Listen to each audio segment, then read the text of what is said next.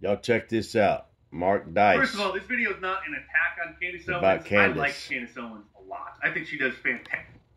First of all, this video is not an attack on Candace Owens. I like Candace Owens a lot. I think she does fantastic work.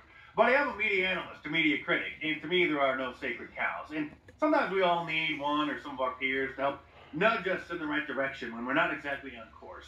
To help fill in some of the gaps of our knowledge where we are lacking. And that's what I intend to do here.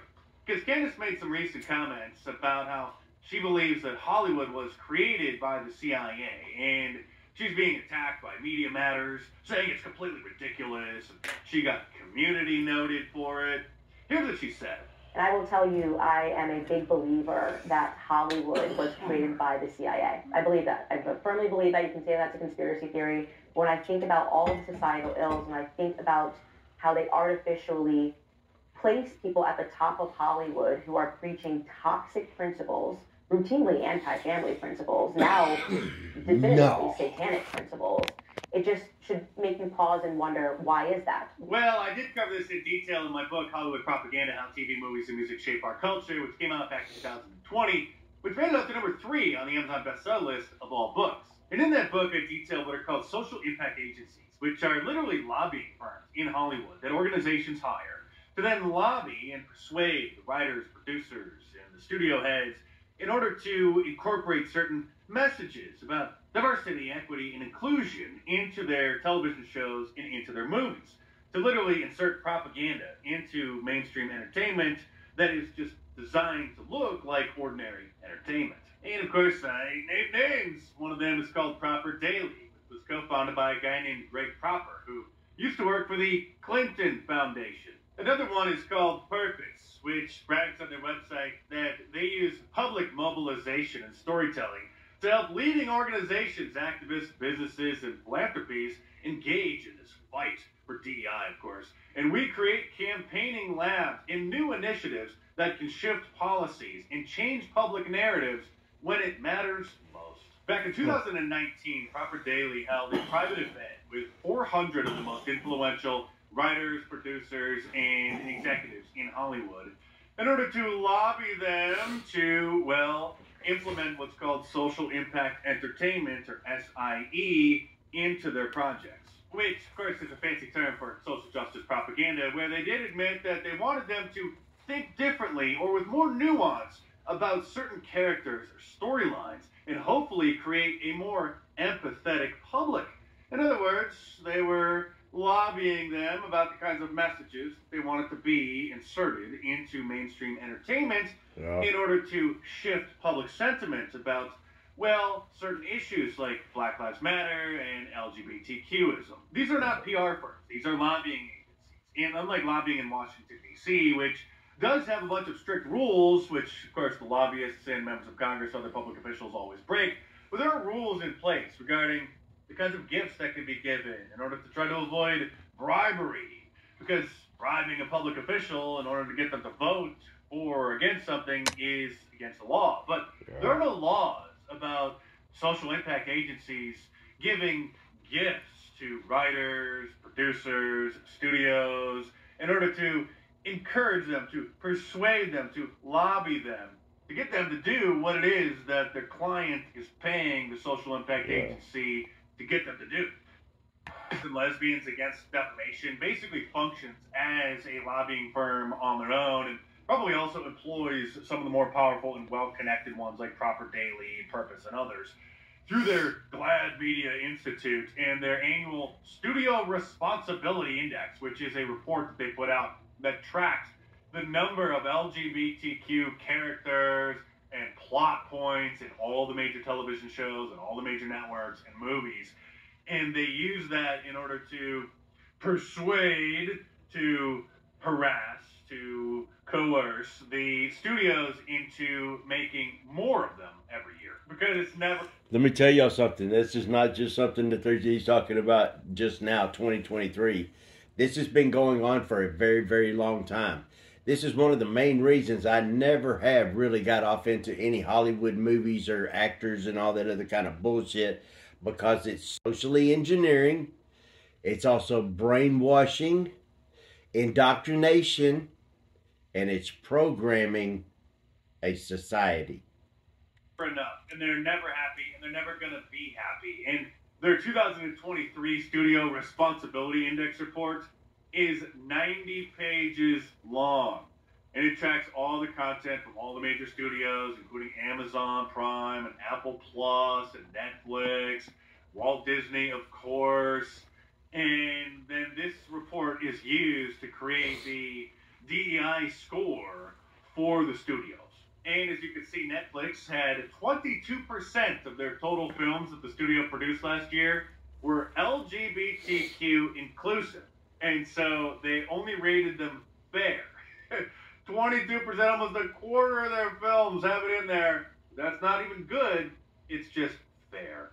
Paramount Global, 29%. Sony Pictures, 21%. Walt Disney, 41%. And then they did rate them good. So they're happy that, almost half of all Disney content now has LGBTQ content in it. The Human Rights Campaign, which is an Orwellian name that this leftist organization gave themselves, their symbol is the yellow equal sign. They're just another social impact agency. They put together DEI reports and lobby the studios as well. So all the cultural Marxist content that we've seen explode in the mainstream over the last 10 years, which is now impossible to avoid, on the Disney Channel and on Netflix cartoons for the kids and on Nickelodeon. It's everywhere. You've seen all the clips. It didn't just happen on accident. There was a well-funded, well-organized campaign working behind the scenes, lobbying the writers, the producers, the studios, in order to do that. Yep. Planned Parenthood has their own lobbying division. It's called the Arts and Entertainment Engagement Office, and it had been run by one particular woman for decades, which the Washington Post calls their secret weapon. Abortion rights may be losing in D.C., they said, but they're winning in Hollywood. Part of the reason is Karen Spruck. The Post goes on to note that she's Planned Parenthood's Woman in Hollywood, or in official terms, it's a director of arts and entertainment engagement. She encourages screenwriters to tell stories about abortion and works as a script doctor for those who do, as well as those who write about any other area of Planned Parenthood's expertise. But back to suspicions of the CIA working with Hollywood. That's an old open secret. So open, in fact, that they have a section on their website. It used to be called the Entertainment Liaison Office, but now they call it the Office of Public Affairs, and the Department of Defense has one as well, where they admit that they have the Department of Defense Entertainment Media Office, which supports studios, production companies, producers, directors, screenwriters, location managers, actors, and filmmakers in the production of both scripted and unscripted films. I mean, you didn't think that Hollywood studios could just go and rent all of that military equipment to make movies.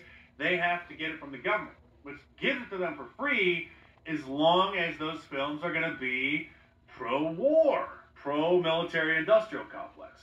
This is why Katy Perry's music video for her song Part of Me was shot on Camp Pendleton, a Marine base in San Diego. And the entire theme of the video was a recruitment ad for the Marines, because she gets dumped by her boyfriend, and then she sees an ad, and she goes and joins the Marines.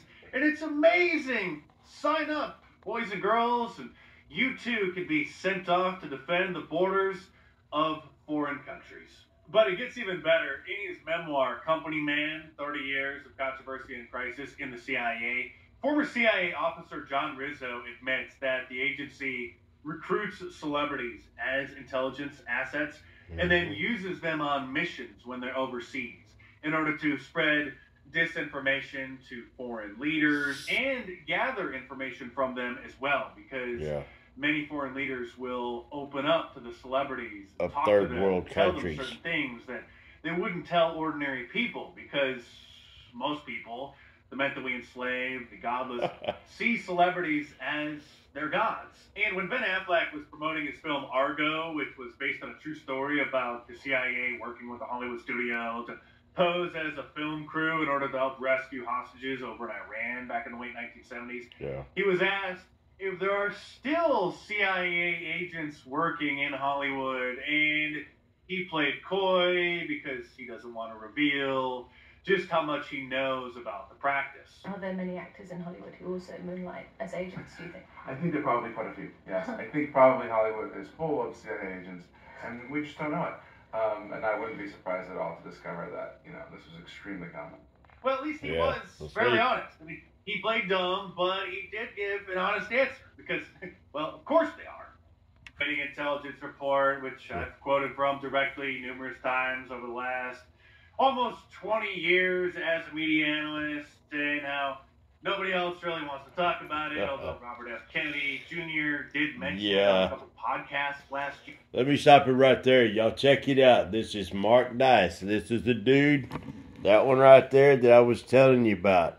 This cat's been doing it for a very, very long time. He is a media analyst, and he's a conservative. He likes Trump. He does some other videos. He walks on the beach, and the people out there they don't even know how many stars are on the American freaking flag, y'all. I mean, it's in California, California, so.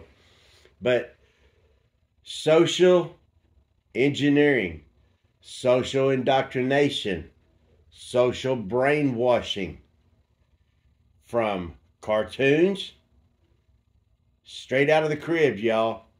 Everything that kids are watching on the phones, it's all socially engineered. Man, and it's going to take all of us to get our kids and everybody out of that. This Kennedy dude, I've been hearing some other things. Go watch this video, Mark Dice. This video here is about 13 minutes long. I only wanted to show you this one here because it's quite critical. So please help me share it. YouTube, they're in it. TikTok, Twitter, Facebook, all of them. They're all in it. Elon is trying to help curve that stuff on X. But he has infiltrators. You'll hear more about that. It'll be coming out soon. So, mercy. Y'all have a good day. I just wanted to show y'all some things and share it with you and let you know. Watch your kiddos, y'all. Share this, please. God bless you, United States of America. Screw you, commies. You know the drill. Y'all have a good day, Patriots.